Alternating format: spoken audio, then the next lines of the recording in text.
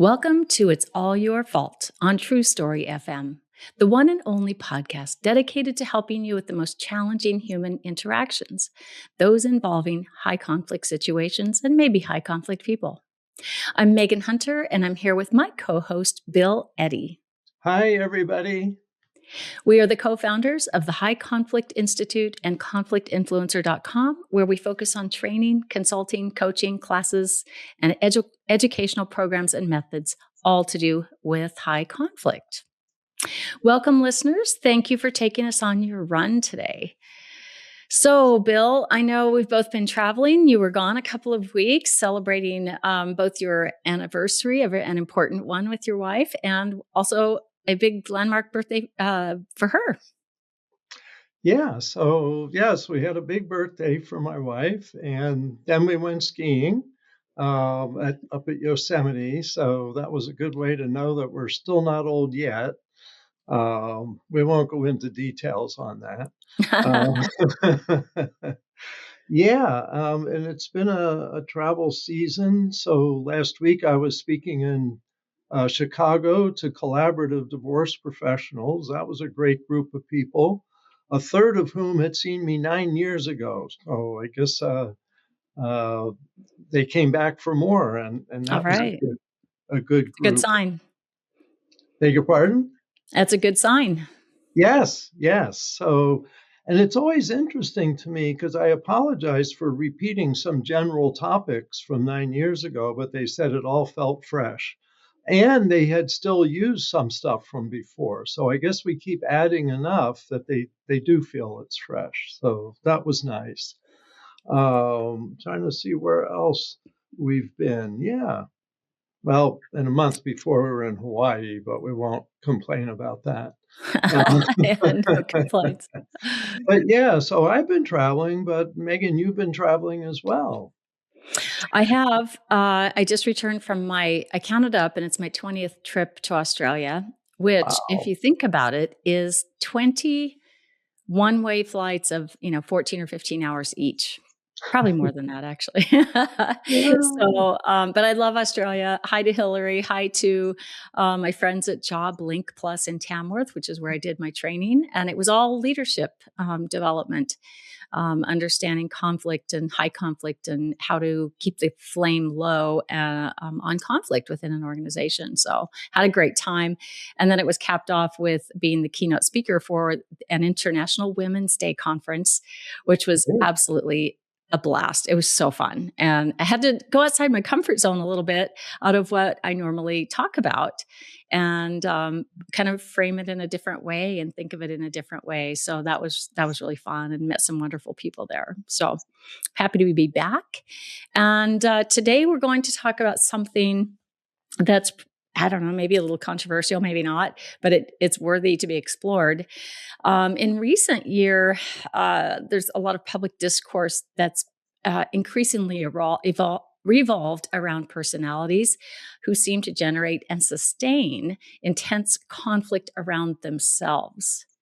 I like to call them conflict creators, not conflict or content creators, even though it's kind of sometimes both, right? Conflict creators and content creators. One begets the other. But I'm wondering if some of this conflict, building conflict up around yourselves could be described as high conflict behavior. So a figure frequently mentioned in that context today and age, and I'm not picking on this individual, it's just out there right now, is Candace Owens. She's a media commentator whose recent controversies and disputes, both with critics and former allies, have kept her at the center of online and political conversations. Supporters see her as an outspoken commentator, challenging mainstream narratives, while detractors argue that her rhetoric often intensifies polarization. To understand the kind of conflicts surrounding her lately, it helps to look at a few of the claims that have kept her in the headlines. She's promoted a theory in the last few years that France's First Lady, Brigitte Macron, was born male, and has suggested without evidence that the Macrons were involved in a plot against her. She has echoed online conspiracies claiming that former First Lady Michelle Obama is secretly a man. The theory, which has circulated online for years, claims that Michelle Obama was assigned male at birth and that this fact has been concealed. Versions of the claim point to altered photos, misinterpreted childhood records, or speculative arguments about her ancestry, sometimes referencing supposed Jamaican lineage. None of these claims have been supported by credible evidence, and extensive public records and biographies consistently identify Michelle Obama as female. Still, the theory continues to resurface online, especially when amplified by high profile commentators. And more recently, following the killing of conservative activist Charlie Kirk, Owens publicly questioned the actions and statements of his widow, Erica Kirk, raising suspicions about what she might know about the circumstances of his death. Supporters describe these interventions as investigative or anti establishment, while critics argue they spread unfounded conspiracy narratives. Either way, they illustrate the kind of high conflict media dynamics we're exploring in this episode. Candace has not directly accused Erica Kirk of participating in the killing of her husband, but she has repeatedly questioned the official account of the event and suggested that people close to Charlie Kirk or within his organization may know more than has been publicly disclosed. A line of commentary critics say implicitly casts suspicion on his widow and others in his inner circle. Regardless of where one lands, her rise offers a useful lens for examining a broader question. Why do some public figures become focal points for ongoing conflict? What draws audiences so strongly to these dynamics? And how can we ascertain whether we should listen or not? What should we do? So, Bill, first of all, why might listeners be drawn to podcasters who claim they possess secret or hidden information that will be revealed later? And are there psychological needs or emotions that this appeals to? Well, I think many things about this, and I guess I want to start with the brain and the right and left hemispheres of the brain. And what I think we're seeing, and I'm reading a book now on the right brain and the origins of and human origins. This is another Alan Shore book. And it's really interesting. He talks about the right and left hemisphere as the right hemisphere actually developing earlier in humanity than the left. And the right hemisphere is more relational and more emotional. So we get drawn in. Our right brain is especially processing a lot of our emotions, and especially our emotions about relationships. Whereas the left brain is more processing details. It's kind of scientific, looking for details, for facts, for planning, looking at the past, whereas the right brain seems to be more in the present, more about feelings and who we're connected to. So I think a lot of what we're seeing is people really do want to be connected and belong. And to be special. And so if somebody has special knowledge that most people don't have, that makes us really special if we share that knowledge with them and with each other. So what you're getting is little communities around particular online personalities, I think. And personalities can be very attractive, and high conflict personalities can be very attractive. And so I think the drama, the extremeness, all of that grabs our right hemisphere. And we're like, oh, we want to watch. But the other thing is this research on amplification that I read, that I applied to high conflict divorce and children resisting contact. That research on amplification says if you listen to someone tell a story, an emotional story, what the negativity grabs your brain more than boring or positive. That our brains are attracted to negative, attracted to danger, attracted to stuff to help us survive. And so I think the negativity grabs us. And if we don't use our left brain to think about it and just accept it, It's like we're glued to such people because they're telling us special things, but they're telling us dangerous things. And I think specialness and danger really draw us in, and that a lot of people with potentially high conflict personalities emphasize a lot of drama and danger. So I think we kind of get sucked in unless we stop and think about Mm. So this promise of exclusive insider knowledge, it. Yeah, I find this really fascinating. That I'm going to release this information. I'm on track. I've got all my investigators researching like crazy. They've found some incredible stuff that you need to know. Right? sure. So it's kind of that's always the red flag for me is this special. I have this special information I'll be releasing to you soon, and it hooks that right brain, doesn't it?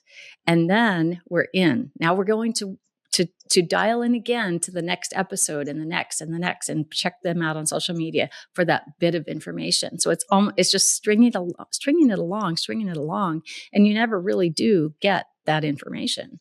So yeah, it's why does this feel so credible to certain audiences? I think it's that belonging part. It's like if we kind of think along the same wavelength, then this makes us more special. This makes us more connected.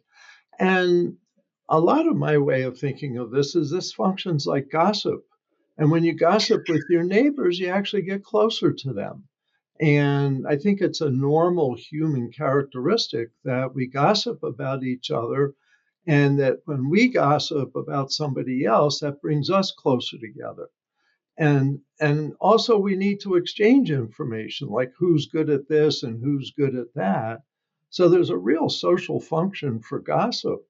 What's interesting is how, to some extent, it's been hijacked, I think, by online influencers, because they're controlling the gossip and can get a lot of people feeling like they're on the inside, and the tone of voice and the secret information and all of that. It feels like we're like buddies because, we share this unknown piece that the rest of the world doesn't know about. And it's interesting, but I think when you break it down, you realize it's all about emotions and about relationships and nothing to do with left brain facts. And Mm, I want to go to the left brain if I want facts. right. That should be a t-shirt, Bill. Go to the left brain for facts. Always check with the left brain for facts. Right. Yeah. So I think, I think if you aren't aware of right brain, left brain, and the kind of that attraction to drama and gossip and all that with the right brain, and you're looking at it from a different context, maybe an attention-seeking context, which then can lead to the thought that, well, this is only about getting clicks. Clicks equates to money, a Right. lot of money. And as these grow and grow, you end up making a lot of money. So I wonder about the personality types that get into this. I would assume that some may have a high conflict personality coming into this, others may not, but get addicted to the clicks and the money, and eventually find themselves in an unsustainable conundrum where now they are being sued a lot, and being seen pretty in a negative light in the public eye by some, not everyone. So I guess my question would be, do you see it that same way, Bill, where it might be someone who has a high conflict personality to begin with and others who don't and just get caught in the trap? I Like, are think some creating this? I think there's a lot of areas of public life where high compact personalities are drawn to attention. That's one thing they all have in common, is they want attention, and they've developed methods, especially emotional methods, of getting attention.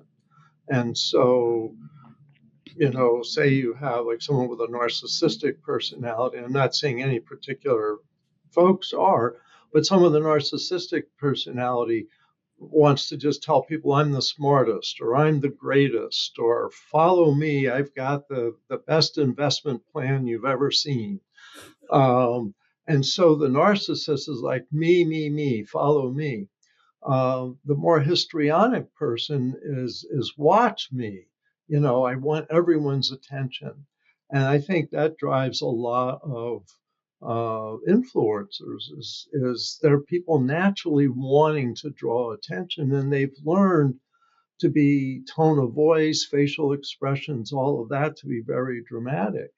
I mean, maybe I'm jealous because I think I'm pretty much boring tone of voice and boring facial expression, but I think it attracts high conflict people for these reasons. On the other hand, I think that, let's say, more ordinary people or more ordinary personalities that have a special interest get into, say, the influencer role, and then may get carried away with it.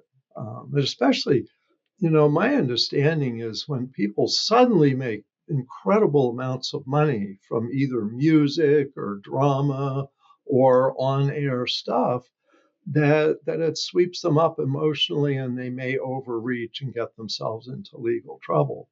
So I think both types are involved. But especially today's modern media really attracts people with high conflict personalities because they're good at grabbing attention. Yes. So attention and also being convincing and very confident, right? Yeah. I when we listen to someone that our brains are already attracted to because of the drama and just they're special, right? And it's said now it's also said with such confidence, our brains want to believe it, right? Right. Especially our right brains, because that's the social brain. And that doesn't go by like facts and figures. It goes by tone of voice, facial expression, hand gestures, all this stuff. And most people don't realize we kind of have these two approaches to problem solving, two approaches to conflict, and that one's primarily unconscious and operates in the background. You go, oh wow, I really like this person, but you don't know why. And it's because they're doing the drama and the maybe sing-song voice and a display of confidence and certainty. Our brains like certainty, especially the more stressed we are, and the world today is kind of stressed. So we like certainty, and the people that promise us certainty, first of all, aren't working from facts, but second of all, can be very seductive to our social brain. Yeah. So, how might individuals with high conflict personalities themselves be particularly attracted to podcasters who frame issues as dramatic battles between truth tellers and corrupt institutions? Well, I think the whole thing we've talked about for years on our podcast is negative advocates. And negative advocates get emotionally hooked by other people's emotional messages. And so I think when you see a high conflict person, say in the workplace, and they have a little group of people that kind of follows them, um, without understanding what their behavior is, they just emotionally feel drawn to them, then we think of them as negative advocates. They reinforce that person's behavior, and that person may use them to convince other people of things. Well, I think it's the same thing um, in various forms of social media and stuff. That people with these personalities attract people who maybe get something out of being a negative advocate. I want to be near that person because I want some of their confidence. And confidence is something that our right brain just loves. We love because we want to feel confident. The trouble is, high conflict people across the board feel confident. Yeah. And yet they shouldn't, because they're not operating from factual information. They're operating from a belief in themselves. And they And big generally feelings, say right? again, A belief in themselves and big feelings. And the big feelings right. seem to drive that confidence. Yeah, yeah. So it's the more emotional brain, and high conflict people are more emotional people. Mm. But doesn't mean everybody who's emotional is a high conflict person. So it's interesting, but all this stuff goes on kind of under the surface. We're drawn, but we don't know why. But I think the more people become aware of these dynamics, the more they can pick and choose who they let themselves get drawn to. I mean, you and I talk a lot about helping people get divorced from abusive relationships. Well, how did they get into those? They were drawn in by the charismatic, the spark that we found in the Dating Radar book we wrote together. These are things that draw people in. If you don't know about it, you think they're totally real, but they're actually emotional and not necessarily based on reality. Mm. And then you get to a point where that's the only thing you listen to. Maybe that's the only podcast you listen to. So your vision gets very narrowly focused, and you're only listening to that one person. So you have that one extreme point of view, and that specialness, that bond that you think is created but isn't really there. Um, it can get you into that narrow silo and really defending someone who isn't providing any evidence. Right. And the amplification research, how one person amplifies another person's emotions to other people, says that our brains automatically like attach to negative faces. And I'm not sure if it says negative voices, but definitely negative faces. It's harder to detach from them. And this That's re- really interesting. yeah. And so the more negative someone is, the more we're watching. I think it makes sense because negativity is related to danger and we want to survive. So if you go back, thousands of years where people did most of their communication emotionally, this is, we've got a deep perception of negativity as something we need to pay attention to. Yeah. So, in what ways could podcasters who promise secret revelations reinforce the thinking patterns often associated with high conflict personalities, such as blaming others, escalating conflict, or seeing the world in those rigid us versus them terms? I think so, that it brings out then, well, we have to protect ourselves by blaming other people. And blame is a big part of pulling together a community. In the book I wrote 2 years ago, Our New World of Adult Bullies, I wrote about what I called anti communities, that a community of people comes together because they're against something or somebody, and that when that's their main purpose for being is to be against somebody else, that it's kind of a false community, because you're not like building things together or sharing other things. You're just against something, and you can't have too many anti-communities in a society and have a society survive very well. Mm. And yet, that's what I see happen, like when children are resisting a parent. It's one parent and the child have teamed up against the other parent. They have an anti community. In the community, there are maybe, two groups of people that hate each other and they feel really good together. But that hatred of the other is not going to help the larger community. So I think that's what happens is people become part of an anti-community when they start seeing the world as us against them. Mm. So, how do And we it avoid feels good Yeah, it in feels the good short because we're on a run. team, right? We like to be on a team. I had Right, someone in right. class We all last want to week be call on it a a wolf. team. Yeah, I had someone last week call it a wolf pack. I got my wolf pack, right? Yeah. I got people to back me up. So, then what is there? What can we do about it? And I go back to, something you came up, Bill, the came up with the 3 theories of the case, right?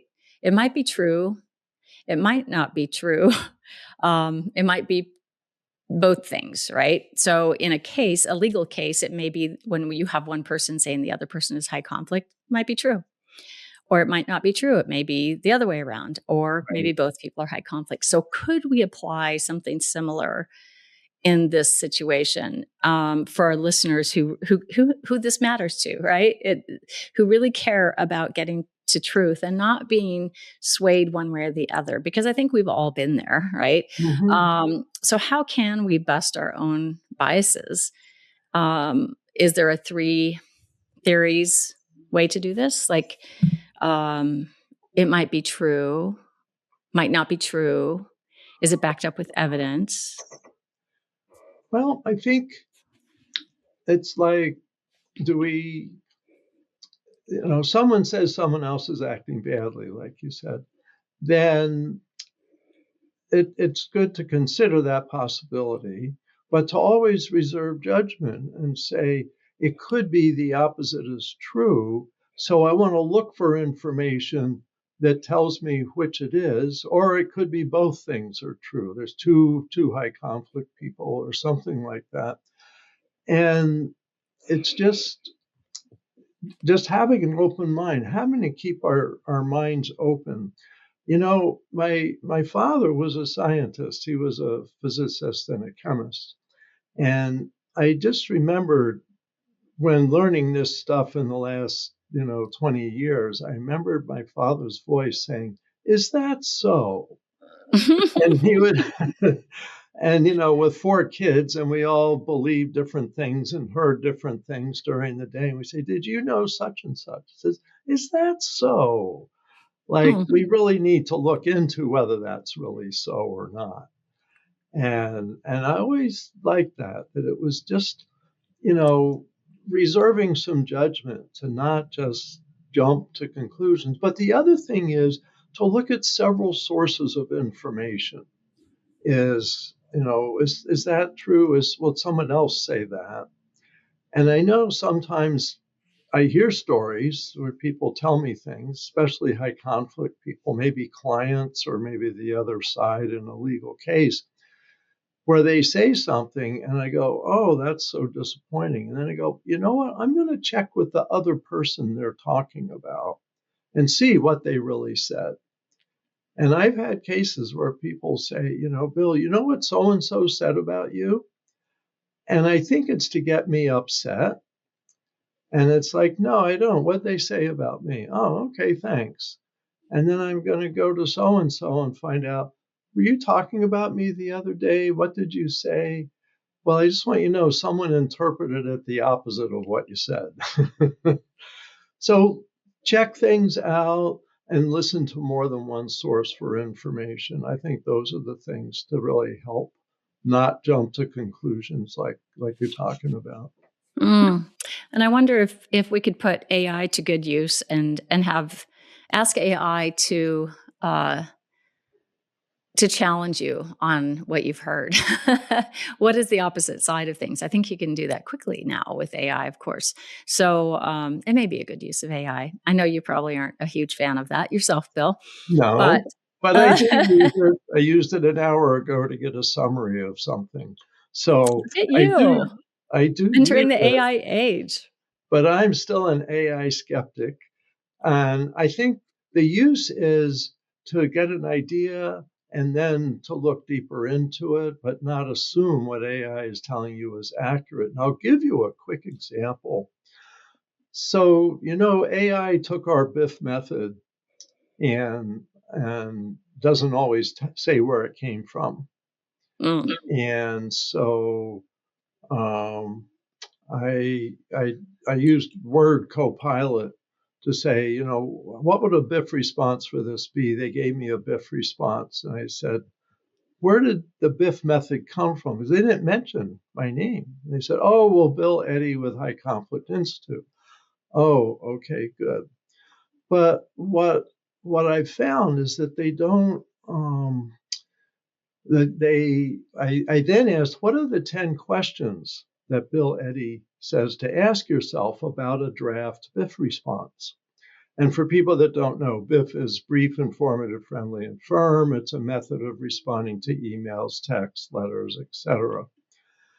And we guess it's probably in use by about 1 million people by now because it's been around 15 years and we've taught a lot of people and they teach somebody else. But AI, so Copilot said, I said, what are the 10 questions Bill Eddy says to ask about a BIF draft? It made them up. They weren't my questions.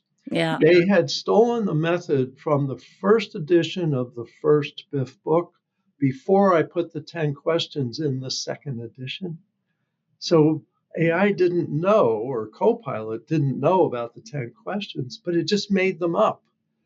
And It that does a lot really, of that, depending on what you ask and what you prompt it to yeah, do. like I said, Yeah. what are the 10 questions Bill Eddy says to ask yourself about a BIF response? So for this reason, I don't trust AI because something I know about, it lied about, but it didn't tell me it's making it up. It says, oh, Bill Eddy says to ask yourself, and made up stuff.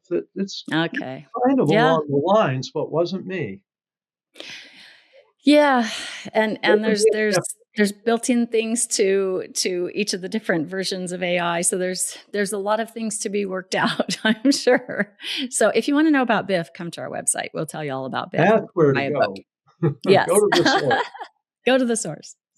Anyway, all right. Well, this has been great, Bill. And I hope this has been, of help to you listeners. We're not picking on Candace Owens. She just happens to be one that's in the media right now and, seems to be stirring up some controversy. So I thought it might be really helpful to talk about. We're not diagnosing. We're not anything. We're just helping everyone gain understanding. And I really think, Bill, I love the two forms of problem solving. You're either problem solving from your right brain or your left brain, from emotions or from real, analytical problem solving. And we know we need to be kind of whole brain in order to make good decisions to get Right. those two hemispheres together. So that's what our training's all about. Mhm. Anyway, listeners, thank you for listening today. You'll find the links to our upcoming training, specifically the Managing High Conflict Behavior in the Workplace, which is coming up on April 23rd. That can be taken online. It's live, virtual. That'll be in the show notes. We'll also include links to Bill's book, 5 Types of People Who Can Ruin Your Life. And if you're looking for training or consultation about a high conflict situation for your organization, visit us at highconflictinstitute.com. If you have a high conflict situation in your personal life, or you just want to learn some conflict skills, visit conflictinfluencer.com. Keep learning and practicing skills. Be kind to yourself and to others while we all try to keep the conflict small and find the missing piece.